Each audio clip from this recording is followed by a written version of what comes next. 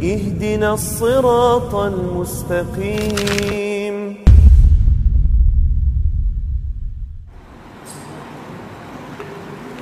Bismillahirrahmanirrahim. Assalamualaikum warahmatullahi wabarakatuh.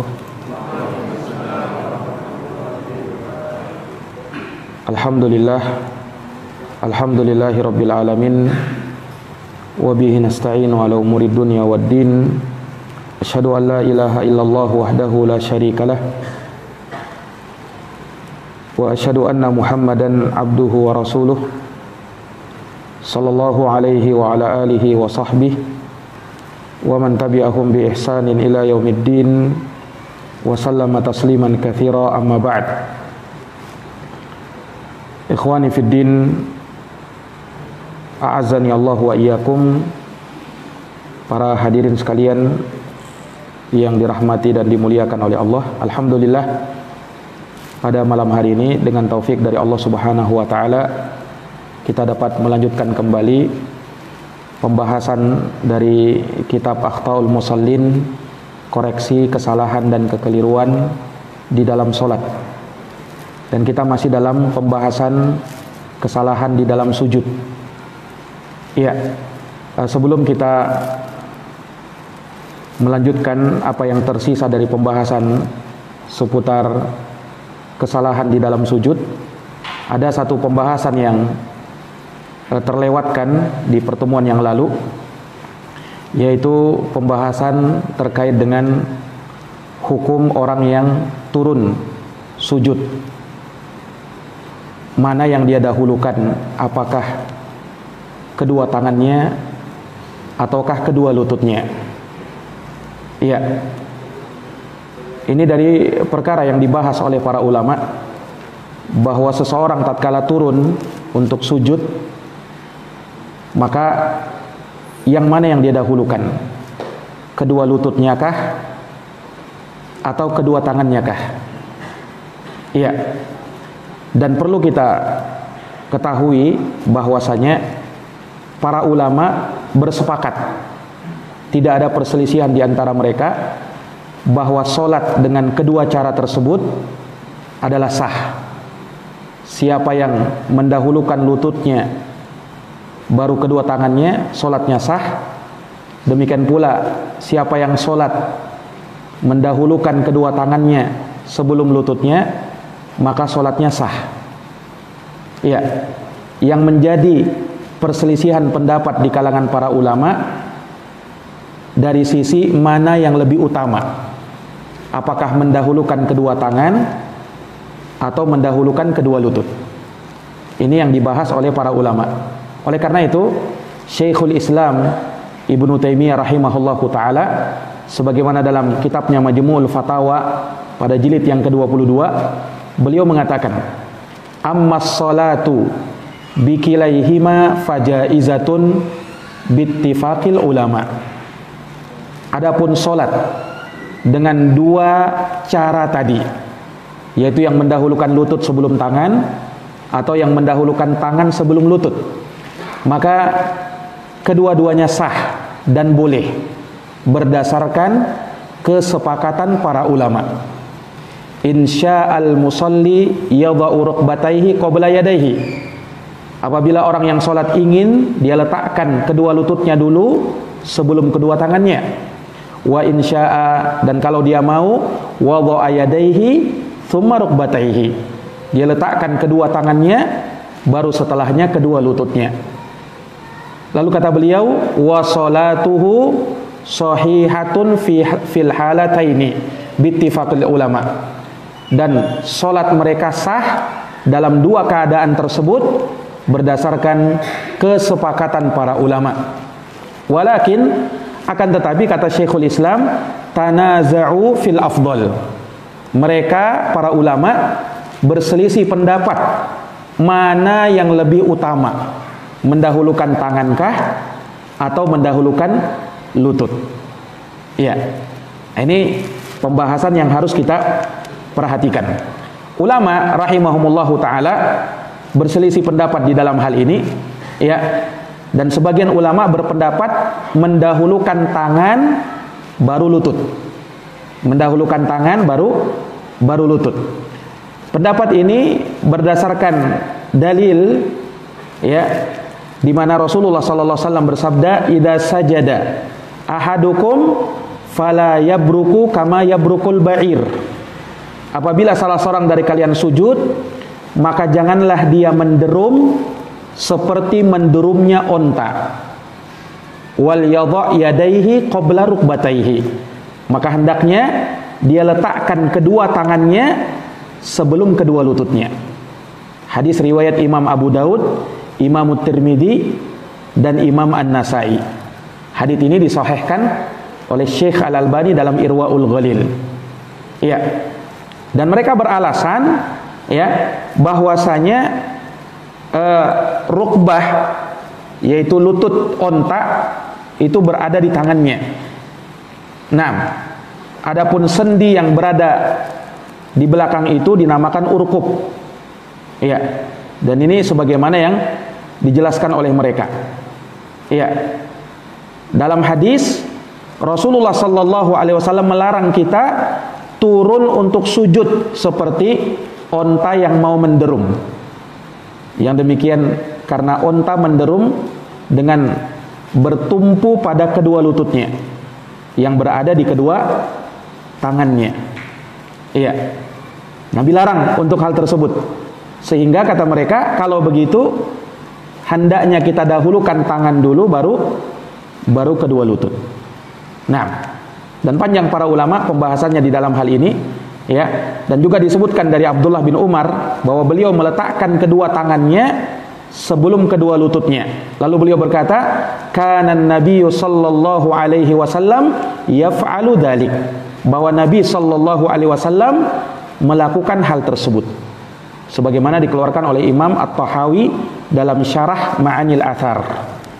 Nah, ini pendapat yang mengatakan bahwa lutut atau kedua tangan didahulukan, baru setelahnya apa? Baru setelahnya lutut. Nah, sementara para ulama yang berpendapat dahulukan lutut dulu baru kedua tangan, ini pendapat mayoritas ulama. Jumhur, kebanyakan para ulama berpendapat apa? Lutut dulu baru kedua tangan. Bahkan ini diriwayatkan dari sahabat Umar bin Khattab radhiyallahu taala anhu, dan juga dari para ulama seperti Ibrahim Ibnu Yazid An-Nakhai, Muslim bin Yasar, Sufyan As-Sauri, Imam Syafi'i, Imam Ahmad bin Hambal, Ishaq bin Rahawai, Abu Hanifah, dan selainnya. Jumhur, mayoritas ulama mendahulukan apa? Lutut dulu baru kedua tangan. Artinya dari sisi hal yang lebih utama. Yang lebih utama kata mereka lutut dulu baru kedua tangan. Nah, dan mereka juga berlandaskan dengan dalil tadi. Iya. Yaitu Nabi sallallahu alaihi wasallam ya bersabda, "Idza sajada ahadukum fala yabruku kama yabrukul ba'ir." Apabila salah seorang dari kalian sujud, maka jangan dia menderum seperti tatkala unta menderum. Itu janganlah dia turun untuk sujud sebagaimana bentuk turunnya unta ketika hendak menderum. Ini ketika dia mau turun unta itu ya, dilarang oleh Nabi SAW untuk melakukan sama seperti unta. Nah, dalam lafaz tambahannya dikatakan wal yadha rukbataihi qabla yadaihi. Hendaknya dia meletakkan kedua lututnya sebelum kedua tangannya. Kalau tadi dalam riwayat sebelumnya hendaknya dia letakkan kedua tangannya sebelum kedua lututnya. Nah, karena inilah para ulama berbeda pendapat. Hadisnya larangan menderum sepakat mereka. Yang mengatakan mendahulukan lutut berdalilkan dengan hadis itu juga. Yang mengatakan dahulukan kedua tangan juga berdalilkan dengan larangan menderum juga. Tetapi mereka berbeda dalam tambahannya. Karena tambahannya berbeda. Sebagian riwayat mengatakan dahulukan tangan baru lutut. Sebagian riwayat mengatakan dahulukan lutut baru kedua tangan. Dari sinilah letak perselisihan para ulama rahimahumullahu ta'ala. Dan tambahan, ya, dahulukanlah kedua tangan sebelum lutut, atau dahulukanlah lutut sebelum kedua tangan. Ini riwayat yang lemah, dua-duanya lemah. Dalam ilmu hadis dikatakan riwayatnya muttarib, goncang. Ya, sehingga riwayatnya lemah. Yang sahih dari Nabi hanya lafaz idza sajada ahadukum fala yabruku kama yabrukul ba'ir. Apabila salah seorang dari kalian sujud, maka jangan dia turun sujud seperti bentuk turunnya onta ketika dia hendak menderum. Itu yang sahih. Adapun tambahan berikutnya, ini tambahan yang muttarib, tambahan yang lemah. Iya. Nah, para jamaah sekalian yang dirahmati dan dimuliakan oleh Allah, sehingga kalau hadisnya lemah, dua-duanya lemah, nah, bagaimana sikap kita di dalam hal ini? Ya, para ulama rahimahumullahu taala, ya, seperti yang tadi kita sebutkan, ada yang menempuh tarjih, ya, yakni merojihkan salah satunya. Ada yang merojihkan lutut dulu baru tangan, ada yang merojihkan tangan dulu baru lutut. Nah, dan permasalahannya khilafiyah, namun kami sendiri memilih pendapat al-amru fihi wasi'. Perkaranya luas. Siapa yang mau turun dengan kedua tangannya silahkan, yang mau turun dengan kedua lututnya dulu silahkan. Dan sebagaimana kata Syekhul Islam rahimahullah, yang mendahulukan lutut sebelum tangan atau tangan sebelum lutut, kedua-duanya sah. Kedua-duanya sah. Ya, hanya mereka khilaf yang lebih utama mana? Yang lebih utama mana? Nah, maka dalam hal ini, ya, sebagian ulama mengatakan hendaknya dia lakukan apa yang lebih nyaman bagi dirinya. Kalau dia merasa nyaman kedua tangan dulu, silahkan. Dan kalau dia merasa nyaman kedua lutut dulu, maka silahkan. Nah, ini wallahu ta'ala a'lamu bisawab. Dan ini pembahasan yang cukup panjang di kalangan para ulama ahli fikih. Namun ini kita sekedar meringkas saja apa yang disebutkan oleh mereka. Wallahu ta'ala a'lamu bisawab. Kemudian para hadirin yang dirahmati dan dimuliakan oleh Allah Subhanahu wa taala, terkait dengan apa yang telah kita sebutkan di pertemuan sebelumnya, yaitu sejumlah kesalahan di dalam sujud. Ya. Dan kita sebutkan terkait dengan sebagian orang sholat yang tidak memapankan anggota sujudnya tatkala dia sujud, di mana Nabi Sallallahu Alaihi Wasallam memerintahkan kita sujud di atas 7 anggota badan: dahi dan hidung, kedua telapak tangan, kedua lutut, dan kedua ujung-ujung jari jemari kaki. Dan itu semuanya dihadapkan ke arah kiblat. Dan kita sebutkan bagaimana kaifiat sujud yang dicontohkan oleh Nabi Sallallahu Alaihi Wasallam. Dan kemudian juga diingatkan oleh para ulama hendaknya tumakninah di dalam sujud, sehingga termasuk dari kesalahan fatal tatkala seseorang tidak tumakninah di dalam sujud. Sementara kita tahu bahwa tumakninah di dalam sujud merupakan rukunnya solat. Kapan ditinggalkan, maka batal solatnya. Dan telah kita sebutkan bagaimana kaifiat sujud yang benar, ya, dengan dia menempelkan 7 anggota sujudnya. Kemudian posisi tangan boleh sejajar dengan telinga dan boleh sejajar dengan bahu. Kemudian lengan dia angkat dalam keadaan jari jemari tangan merapat, setelahnya sikut dia jauhkan sampai terlihat putihnya ketiak Rasulullah SAW di dalam sujud itu. Dan perlu diingat bahwa kita lakukan hal tersebut ketika sholat sendirian atau sebagai imam. Adapun makmum, maka dia sholat dengan memperhatikan tetangganya di sampingnya. Ya, jangan sampai dia terlalu membukanya sehingga mengganggu kawannya di sampingnya.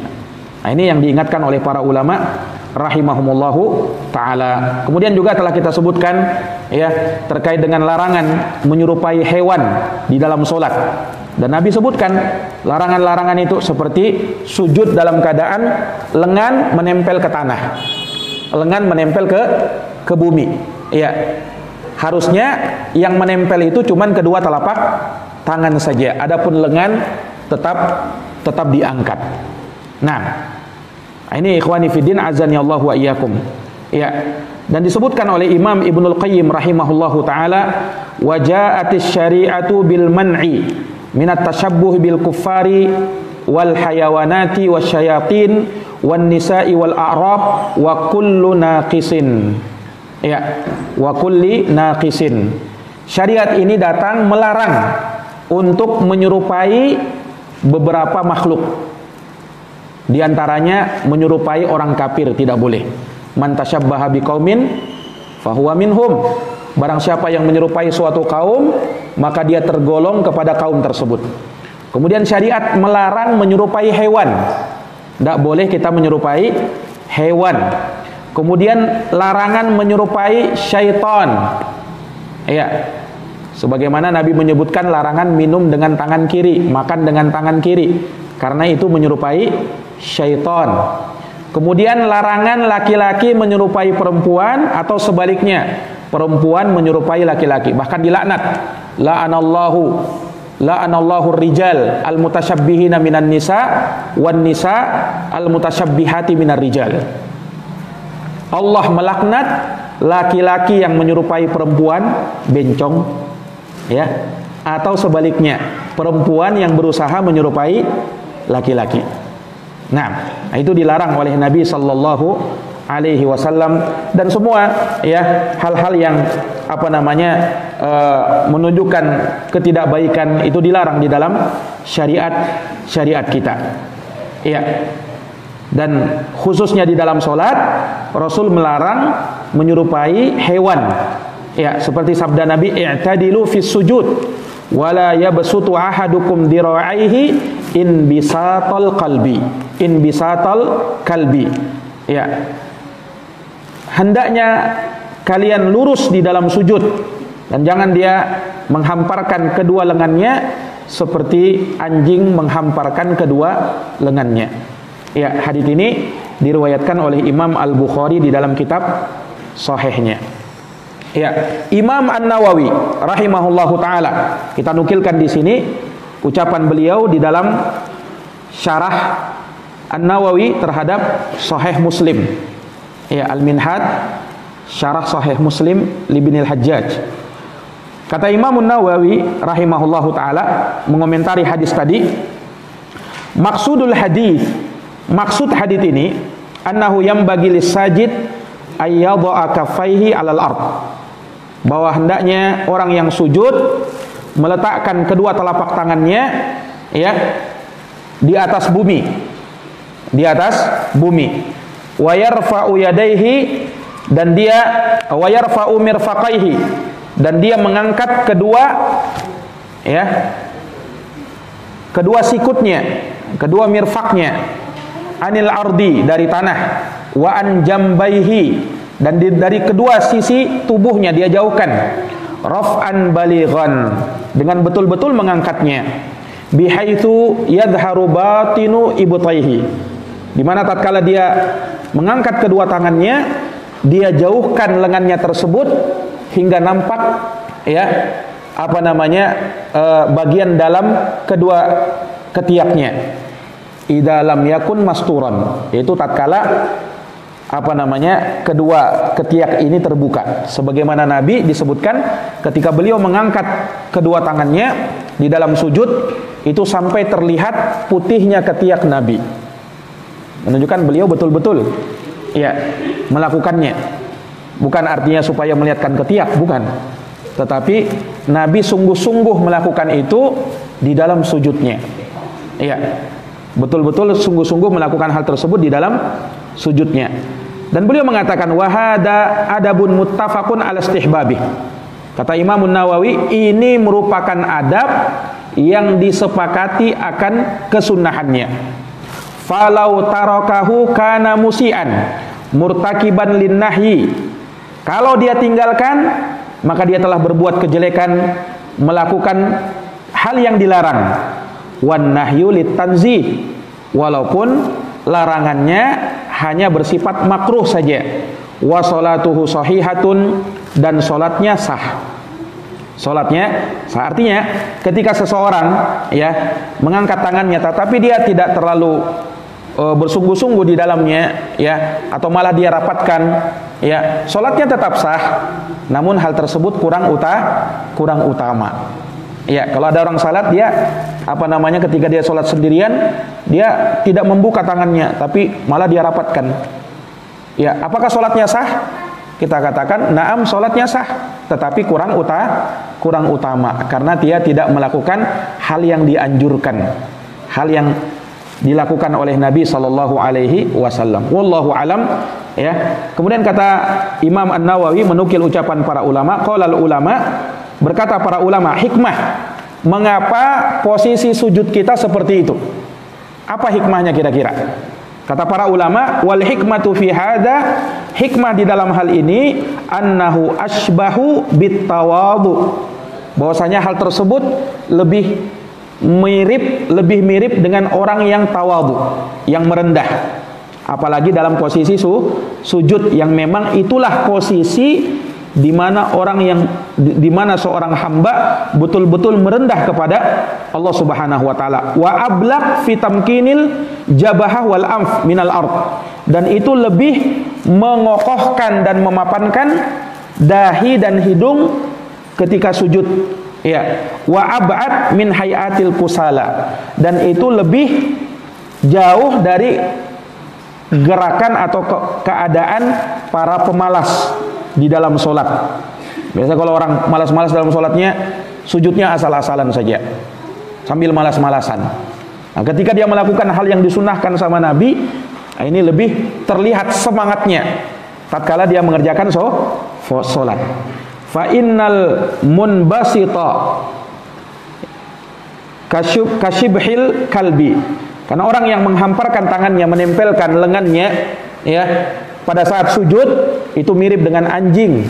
Wa yash'uru halahu bitahawun bis salati wa qillatil i'tina'i biha wal iqbali 'alaiha, dan itu ya menunjukkan bahwa dia seakan-akan menyepelekan kondisi salat ini dan tidak terlalu perhatian terhadapnya, tidak terlalu ya memperhatikan salat yang agung ini.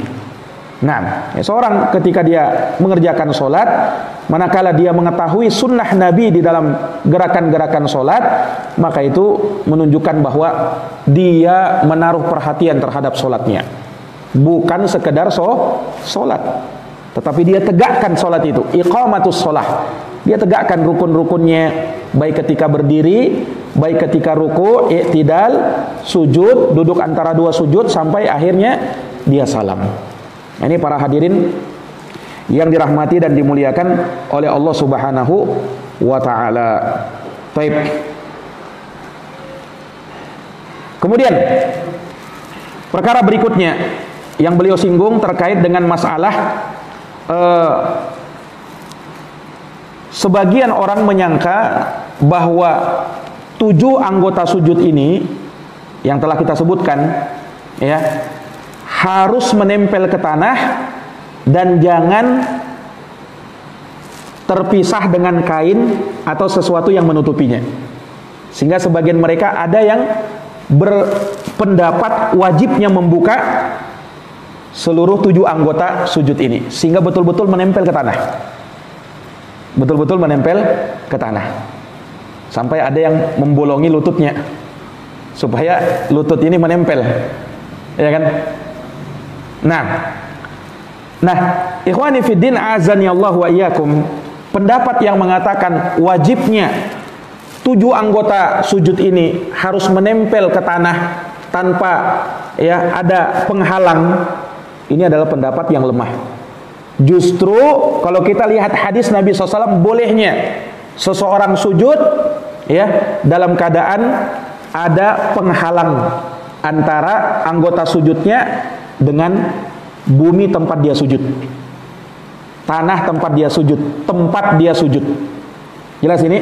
Sebagaimana disebutkan dalam hadis Anas bin Malik radhiyallahu anhu. Anas bercerita dalam hadis riwayat Imam Al-Bukhari dalam sahihnya, kunna nusalli ma'a Rasulillah sallallahu alaihi wasallam fi syiddatil har.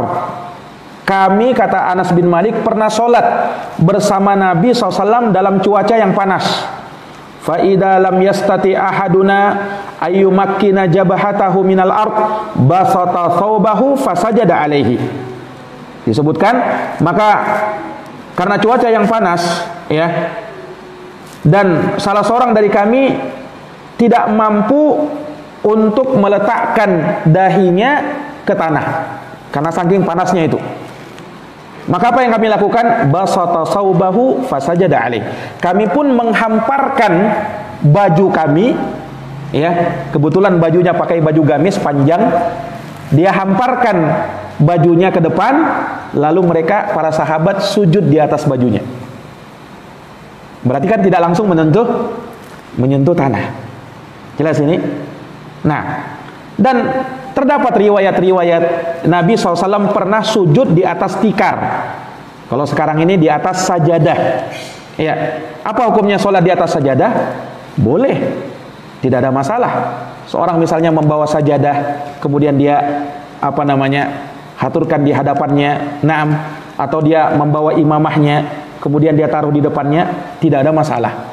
Nabi pernah melakukannya. Andaikan sholat, ya, di bawah langsung menempel ke tanah lebih utama, niscaya Nabi akan singkirkan tikar itu atau sajadahnya itu. Jelas ini? Sehingga menunjukkan bolehnya hal tersebut. Nah, ya, seperti yang kita dapati di masjid-masjid, ya, mereka menggelar tikarnya, ya kan, ada sajadah yang panjang itu, nah itu tidak ada masalah. Hanya yang memang diingatkan oleh para ulama, kalau kita menghamparkan sajadah, usahakan jangan terlalu banyak gambar-gambarnya di depan itu, sehingga terkadang bisa menyibukkan kita dalam sholat kita. Itu saja yang diingatkan oleh para ulama. Karena sholat itu inna fis sholati la syughla. Sholat itu adalah kesibukan yang sangat sibuk. Jangan mau disibukkan dengan hal yang lain. Apalagi sampai dia menghitung. Oh, ini ada misalnya gambar tiang-tiang masjid. Dia hitunglah dalam sholatnya. Ada 7 itu tiangnya. Nah, ini kan bisa mengganggu dia. Ya, tetapi kalau misalnya sajadahnya polos, itu tentu lebih utama. Jelas ini? Nah, itu dari sisi terkadang bisa mengganggu saja. Ya, karena seseorang yang sholat, dia tetap membuka kedua matanya, dan posisi mata diarahkan ke tempat sujud. Otomatis dia akan lihat tempat sujudnya. Nah, ini para jamaah sekalian yang dirahmati dan dimuliakan oleh Allah Subhanahu wa taala. Iya. Dan tentang hal ini, ya, disebutkan, ya, oleh para ulama rahimahumullahu taala, walaupun ada pembahasan terkait dengan hal tersebut, ya. Dan dari sini juga kata para ulama, boleh hukumnya orang yang sholat dalam keadaan memakai kaos kaki atau khuf di di kakinya, ya kan, dia pakai kaos kaki, itu kan tertutup. Berarti ada anggota sujudnya yang tatkala dia sujud terhalang dengan kaos kaki.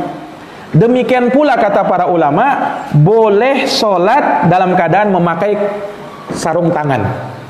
Ya, dia memakai sarung tangan. Itu kan tentunya terhalang ketika dia sujud dengan sarung tangannya. Boleh tidak hal tersebut? Boleh. Sebagaimana lutut kita, ya kan, pada saat kita sujud, tidak mungkin kita mau bolongi kan? Ya, dia terhalang dengan kain kita, bahkan 2 lapis lagi.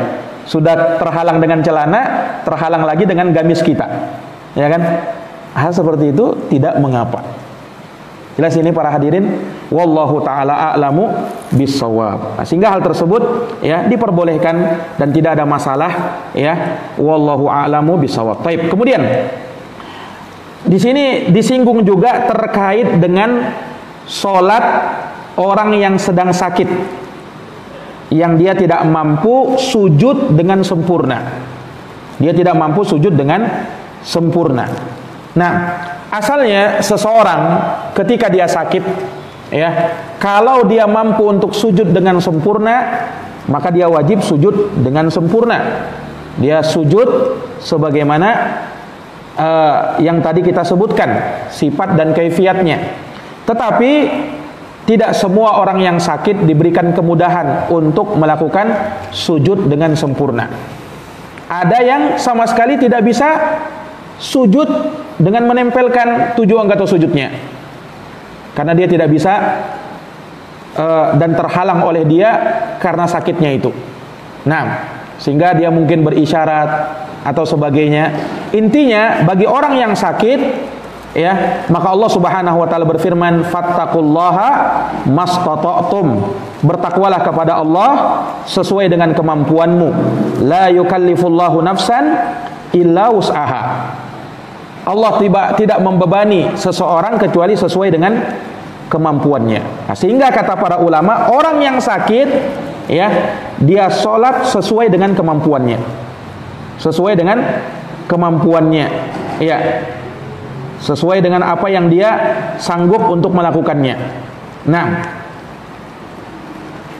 ketika misalnya dia terasa berat untuk sholat dalam keadaan berdiri, dia duduk. Berat untuk duduk, dia berbaring, ya. Dan apabila dia butuh untuk menjamak sholatnya, maka boleh untuk dijamak. Orang sakit misalnya, ya kan, dia tidak kuasa untuk melakukan gerakan terlalu banyak, ya, maka boleh menjamak sholat, tapi tidak boleh mengkosor sholat. Nah, itu yang perlu diperhatikan. Tidak boleh mengkosor sholat. Mengkosor itu apa? Meringkas. Karena kosor itu hanya disyariatkan pada saat safar, bukan pada saat sakit. Pada saat sakit yang dibolehkan menjamak sholat. Yang dijamak apa? Antara zuhur dan asar. Boleh jamak takdim, boleh jamak takhir. Misalnya zuhur dan asar boleh dikerjakan di waktu zuhur, atau boleh juga dia kerjakan di waktu asar. Langsung sekaligus zuhur dulu baru asar. Begitu pula boleh dia menjamak antara maghrib dan isya. Maghrib dulu baru isya. Tapi ingat, tidak boleh dikosor. Ada sebagian orang sakit dia kira boleh mengkosor. Itu keliru. Kosor itu boleh hanya dalam keadaan safar. Ya, adapun orang sakit yang boleh hanya menjamak sholat saja. Ya, disebutkan dalam hadis, jama'a Rasulullah sallallahu alaihi wasallam baina adh-dhuhri wal 'ashri wal maghrib wal isya'i bil madinati fi ghairi khaufin wala matar. Rasulullah menjamak sholatnya antara zuhur dan asar, maghrib dan isya di kota Madinah, bukan karena takut dan bukan karena hujan. Ya, dan disebutkan qultu ibni Abbas lima fa'ala dzalik, mengapa Nabi melakukan itu? Maka dijawab oleh Ibnu Abbas, kai la yuhrija li ummati. Hal tersebut beliau lakukan agar tidak menyusahkan umatnya. Orang yang sakit terkadang, ya, dia sulit untuk sholat pada waktunya masing-masing, maka syariat memberikan keringanan. Ya, yuridullahu bikumul yusra wala yuridu bikumul usra. Nah, dan ingat, orang yang sakit tidak boleh meninggalkan sholat. Ada juga sebagian orang kalau sudah sakit tidak sholat lagi, dikiranya uzur sakit itu boleh meninggalkan sholat. Tidak. Selama nyawa masih di kandung badan, ruh belum berpisah dengan jasad, sholat tetap wajib. Nah, terus bagaimana Ustaz kita sholat? Sesuai kemampuanmu, ya kan? Syariat juga tidak memaksa kamu harus berdiri sholat, harus sempurna sholatnya, enggak. Walaupun kamu berbaring, walaupun hanya sekedar berisyarat dengan tangan, silahkan sholat seperti itu. Ya, bahkan walaupun tanpa berwudu dan tanpa bertayamum. Mau apa lagi kalau misalnya tidak bisa lagi berwudu, tidak lagi bisa bertayamum. Kalau bisa berwudu, wajib dia berwudu. Tidak bisa berwudu, bertayamum, wajib dia tayamum. Tidak bisa berwudu, tidak bisa bertayamum, wajib sholat tanpa wudu dan tanpa tayamum. Ini para jamaah sekalian yang dirahmati dan dimuliakan oleh Allah Subhanahu wa taala. Ya, dan tentunya, ya, dia diberikan uzur manakala dia tidak mampu sholat di masjid, dia sholat di rumahnya, ya, sebagaimana hal tersebut, ya, diberikan uzur bagi orang yang sakit yang memang tidak mampu untuk ke masjid. Ya, nah, ini para hadirin yang dirahmati dan dimuliakan oleh Allah Subhanahu wa taala. Nah, ada kekeliruan yang terjadi di dalam sholat bagi orang yang sakit ketika dia mau sujud, yaitu disebutkan di sini oleh Syekh rahimahullahu taala, yaitu disebutkan ada sahabat yang pernah ditengok oleh Nabi SAW ketika dia sedang sakit. Ya, maka Nabi SAW pun masuk menemui dia, dan sahabat ini sedang sholat. Dia sholat, ya, karena dia sakit, maka tidak bisa dia sujud langsung ke lantai. Terus apa yang dia lakukan? Dia ambil kayu, kemudian dia sujud di atas kayu. Ya, dia angkat kayunya itu baru dia sujud begini. Nah, supaya memudahkan bagi dirinya untuk hal tersebut. Maka Nabi mengisyaratkan jangan lakukan itu. Maka dia dalam posisi sholat, dia pun langsung membuang kayunya. Nah, ini menunjukkan boleh bagi orang yang sholat, kita tidak sholat, kita berikan isyarat kepada orang yang sholat untuk membetulkan sholatnya. Boleh hal tersebut. Ya, taruhlah misalnya ada orang yang sholat tidak menghadap kiblat, kita ingatkan dia sholat, kiblat ke sana. Boleh, dan dia yang ditegur harus ikut. Atau misalnya pada saat ada orang sholat dia melakukan kesalahan, ninjak najis misalnya, di bawah kakimu najis, boleh. Jangan tunggu dia selesai, tidak masalah. Sebagaimana Nabi di sini, sahabatnya sholat keliru dalam sholatnya, Nabi tegur, Nabi isyaratkan.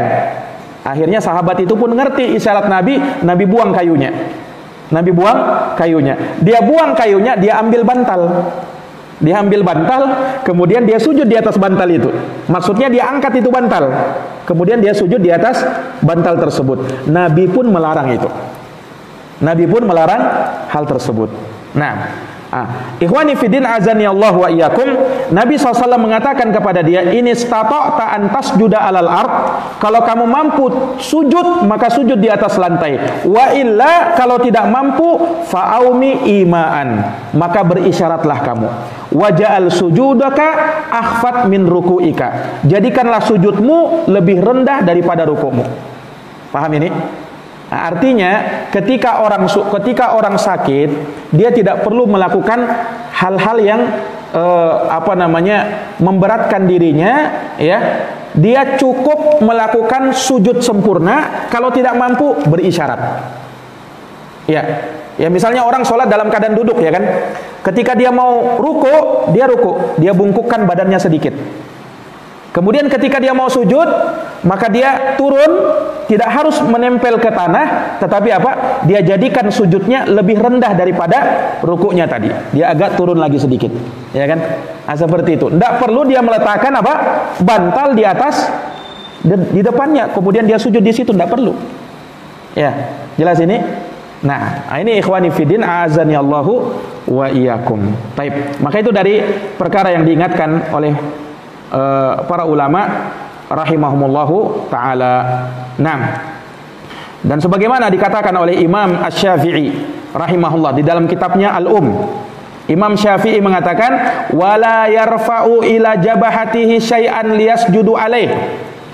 Janganlah orang yang sakit itu mengangkat sesuatu, ya, ke dahinya untuk dia sujud ke situ.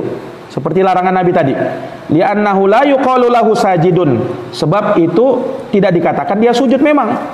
Iya, hatta yasjuda bima yalsiqu bil ard, hingga dia sujud dengan menempelkan dahinya kemana? Ke tanah atau ke lantai. Fa in wada'a wisadatan alal ard fasajada 'alaiha ajza'ahu dzalik. Dan kalau dia meletakkan bantal misalnya di atas lantai, lalu dia sujud di atasnya, hal tersebut sah. Ya, insya Allah, kata Imam Asy-Syafi'i rahimahullahu ta'ala. Nah, ini ikhwani fiddin a'azani Allah wa iyyakum. Seperti yang tadi kita sebutkan, bahwa orang yang sakit itu dia punya udzur untuk sholat sesuai dengan kemampuannya. Dia sholat sesuai dengan kemampuannya, sesuai dengan keadaannya, sesuai dengan kondisinya. Dan juga ulama mengingatkan terkait dengan orang yang sholat sudah uzur, ya, dia sholat dengan duduk di atas kursi. Kadang kita lihat ada orang yang sholat duduk di atas kursi, ya kan? Nah, ulama mengatakan apakah hal tersebut boleh? Jawabnya, hal tersebut boleh. Silahkan. Ketika memang dia mudah atau merasa nyaman untuk sujud di atas untuk duduk di atas kursi, boleh. Dan dia tinggal sesuaikan ketika dia masuk di saf orang sholat berjamaah, dia tinggal sesuaikan tempat sujudnya, tempat duduknya tersebut supaya tetap sejajar dengan orang yang sholat. Namun diingatkan oleh ulama, ya, ketika dia mampu berdiri, pada saat membaca berdiri, maka dia wajib berdiri. Kalau memang dia mampu. Nah, mungkin kan ada orang yang duduk di atas kursi itu dia sebenarnya dia tidak mampu untuk ruku dan sujud, tetapi berdiri mampu. Maka kita katakan bahwa kalau dia mampu berdiri, wajib berdiri. Nanti pada posisi ruku atau sujud baru dia duduk. Berbeda kalau memang tidak mampu berdiri, ruku dan sujud. Nah, silahkan dia duduk saja terus di situ. Jelas ini? Nah, ini diingatkan oleh para ulama rahimahumullahu ta'ala. Nah, wallahu a'lamu bissawab. Ikhwani fiddin azani Allah wa iyyakum. Ya, maka ini mungkin yang bisa kita sampaikan pada pertemuan malam hari ini. Sudah azan atau belum? Belum ya? Sudah atau belum? Kalau belum, sebentar lagi ya. Nah, ada yang mau ditanyakan? Iya. Waalaikumsalam warahmatullahi wabarakatuh. Kenapa? Duduknya syaitan. Duduk antara dua sujud. Nah, itu yang kemarin kita sebutkan, Pak Haji. Ya, ini ik'a itu ya. Ik'a yang terlarang. Yaitu dia melebarkan kedua kakinya, kemudian belakangnya langsung duduk di lantai. Nah, coba contohkan, Mas. Ya, seperti itu. Nah, yang lebih parah lagi kalau dia tegakkan itu. Itu tidak semua orang bisa itu. Itu yang dilarang. Kalau ik'a yang sunnah, itu dia rapatkan kemudian dia duduk di atas tumitnya. Itu yang sunnah. Itu dilakukan di duduk antara dua sujud. Ya, bukan di duduk tasyahud. Tasyahud awal atau tasyahud akhir. Kalau duduk tasyahud awal atau tasyahud akhir, duduknya duduk iftirash atau duduk tawarruk. Nah, duduk ik'a yang sunnah itu hanya dilakukan di duduk antara dua sujud saja. Ya. Wallahu a'lamu bishawab. Taib sudah azan? Ya. Ya, tadi yang kursi, kalau kita berdiri kan posisinya kursi itu kan sejajar dengan saf. Jadi pas kita berdiri kan berarti kita maju di depan. Bagaimana itu? Makanya diapaskan. Kecuali kalau memang di belakangnya juga teranu ya. Ya, misalnya Khawatirnya di belakang juga kena gitu kan?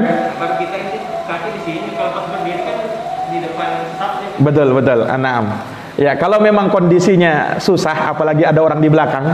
Kalau misalnya dia dia mampu berdiri kan, dia posisikan pas dia berdiri kakinya tersebut itu pas dengan saf di depannya. Ya, sehingga pada saat dia berdiri, dia tinggal berdiri, kemudian kakinya tetap sama dengan jamaah di sampingnya. Nah, hanya ini sulit keadaannya kalau ada jamaah di belakang, ya kan? Kursinya bisa kena orang di belakang. Nah, kalau dalam kondisi seperti ini ya, kondisinya insya Allah lebih mudah. Ya, dia sholat karena dia kondisinya juga sedang sakit, ya kan? Maka tidak ada masalah walaupun dia agak sedikit maju ke depan. Itu udzur bagi dia. Nah, wallahu alam bisawab. Taib. Subhanakallahumma wa bihamdik asyhadu an la ilaha illa anta astaghfiruka wa atubu ilaik. Wassalamualaikum warahmatullahi wabarakatuh.